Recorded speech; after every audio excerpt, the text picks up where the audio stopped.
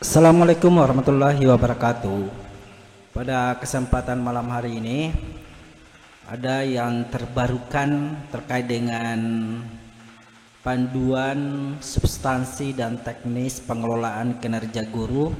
Ini versi dokumen Januari 2025 dari Direktorat Jenderal Guru dan Tenaga Kependidikan Kementerian Pendidikan Dasar dan Menengah Republik Indonesia. Ada beberapa hal yang saya garis bawahi.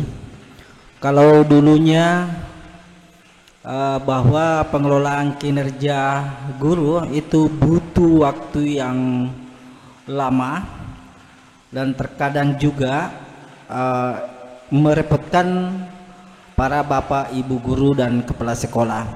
Nah, ini aturan baru dari Kementerian Dikdasmen Republik Indonesia. Nanti saya akan bagikan linknya, silakan download untuk kepentingan bapak dan ibu guru. Di situ ada substansi dan kebijakan, ada teknologi, kemudian daftar pertanyaan. Ini ada daftar isinya.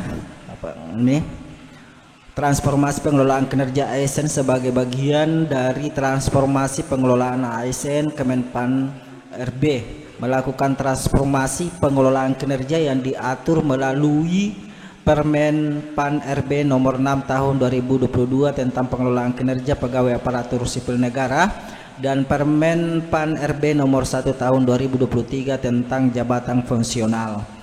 Nah, ini nanti Bapak Ibu guru silakan dibaca-baca, nanti saya akan bagikan linknya di bagian deskripsi video berikut. Di sini ada perspektif Kemenpan RB, ada juga perspektif Kemendikdasmen. Ya, kalau Dikdasmen itu transformasi pembelajaran, semua pegawai mendapatkan pengakuan atas kinerjanya yang menunjang transformasi pembelajaran untuk mewujudkan pembelajaran yang berorientasi pada peserta didik kita. Ya. Ini arah transformasi pengelolaan kinerja guru dan kepala sekolah, kemudian 3 ciri pengelolaan kinerja untuk mewujudkan transformasi pembelajaran. Di sini saya fokus Bapak Ibu guru. Ini lebih simpel, lebih mudah bagi Bapak Ibu guru untuk mengelola kinerja guru ke depan.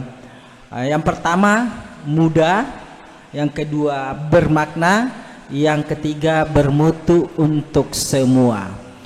Kalau boleh disingkat MBB, ya, mudah, bermakna, bermutu untuk semua. MBB, ya. Mudah karena pegawai tidak tersita lagi waktunya untuk urusan administrasi. Jadi Bapak Ibu guru tidak terlalu membutuhkan waktu banyak untuk mengurus pengelolaan kinerja kita. Ini lebih singkat lagi, dimudahkan untuk Bapak Ibu guru, tidak sama tahun-tahun sebelumnya. Yang kedua, tidak ada proses unggah dokumen oleh pegawai atau atasan.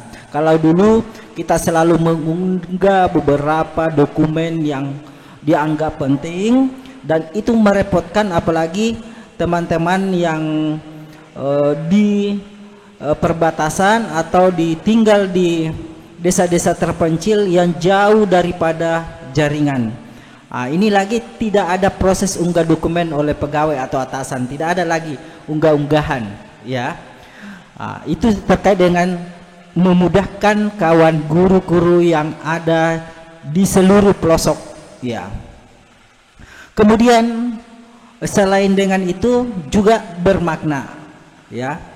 Pegawai ini diukur kinerjanya dengan indikator yang relevan, ya.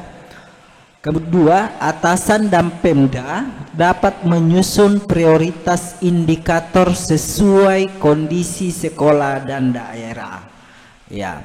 Jadi atasan dan Pemda, dalam hal ini atasan pimpinan kepala sekolah dan Pemda dapat menyusun prioritas indikator, ya. Tentunya berdasarkan dengan kondisi karakter sekolah dan daerah masing-masing. Ketiga, bermutu untuk semua, ya. bahwa perubahan yang terjadi tidak hanya di atas kertas, ya, namun melalui proses yang berbasis praktik dan berdampak di kelas atau di sekolah. Kira-kira begini maksudnya. Selama ini kan banyak sekali laporan-laporan, kalau di atas kertas ya luar biasa pencapaiannya, ya, karena itu hanya sebatas memenuhi administrasi. Sekarang bagaimana kemudian ini betul-betul melalui sebuah proses, ya, ada praktik, dan itu tetap berdampak kepada di lingkungan sekolah, khususnya di kelas,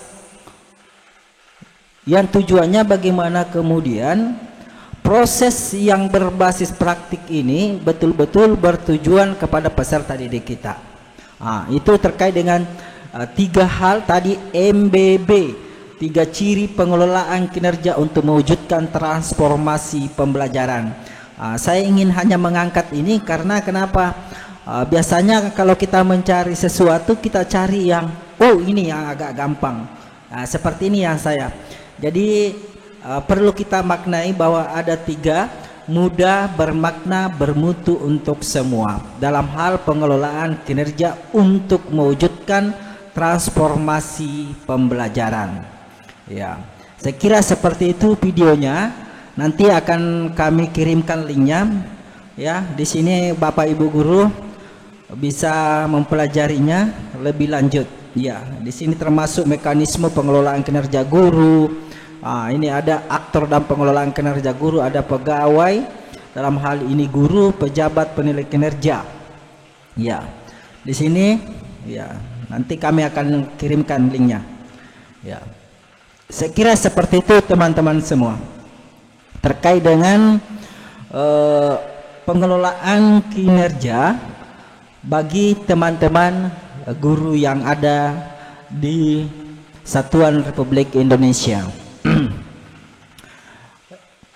Yang kedua, di sini juga saya ingin menjelaskan sedikit tentang panduan substansi dan teknis pengelolaan kinerja kepala sekolah.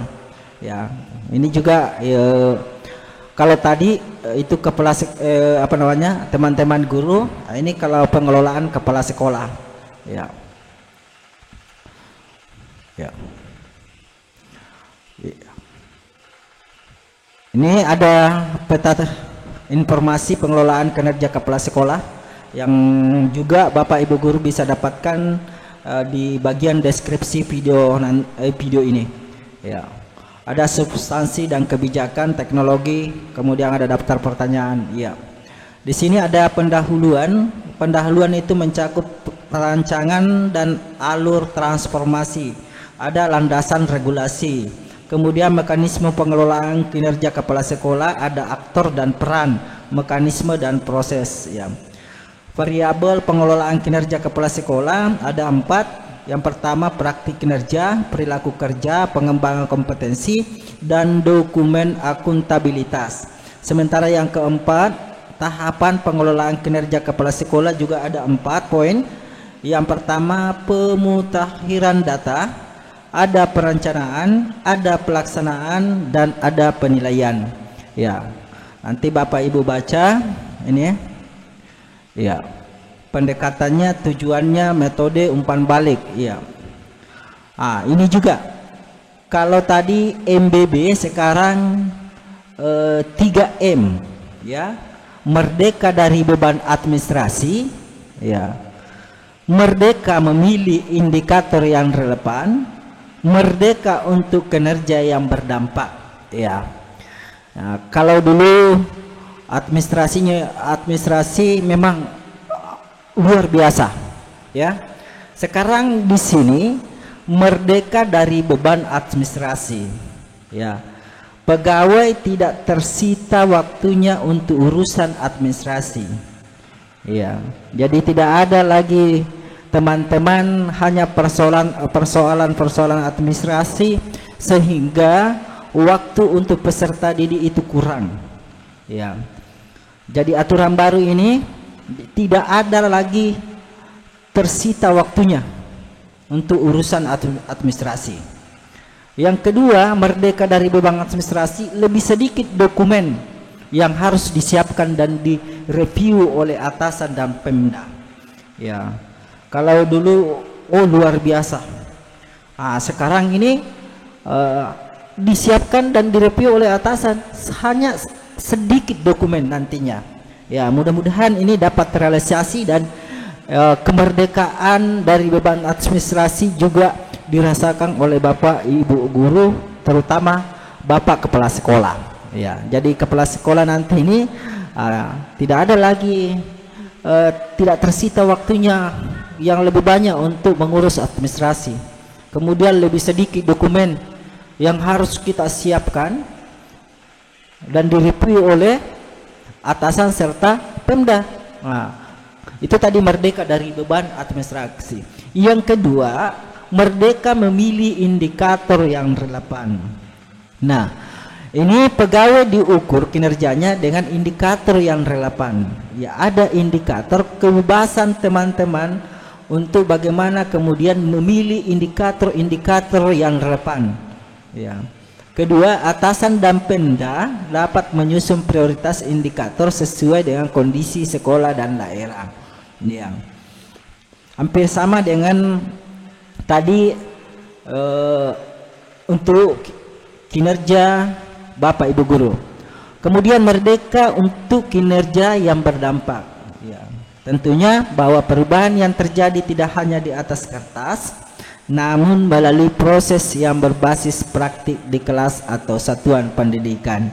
Ya, sama dengan kinerja pengelolaan kinerja Bapak Ibu guru. Ya, hampir sama. Ya. Jadi mudah-mudahan apa yang keluaran ini, pengelolaan kinerja guru dan kepala sekolah, mudah-mudahan dapat realisasi. Ya, tapi saya yakin dan percaya insya Allah. Ya. Nanti Bapak Ibu guru, saya lagi-lagi nanti Bapak Ibu guru bisa mendapatkan linknya melalui dengan deskripsi di bawah videonya. Ya, silakan Bapak Ibu guru nanti kalau ini dianggap penting, silakan di download melalui link deskripsi di bawah ini. Ya, ini ada kepala dinas, ya, relasi 1, pelaksanaan siklus peningkatan kinerja. Ya, nantilah. Ya. Nah, ini juga baru saya dapatkan baru-baru. Ya. Nanti kita lebih banyak diskusi terkait dengan itu. Ya. Ini luar biasa. Oke, saya kira seperti itu. Mudah-mudahan ada manfaatnya bagi teman-teman semua. Di sini juga ya halaman beranda pengelolaan kinerja untuk kepala sekolah. Ya. Ya. Oke, saya kira seperti itu. Terima kasih. Saya akhiri dengan Assalamualaikum warahmatullahi wabarakatuh.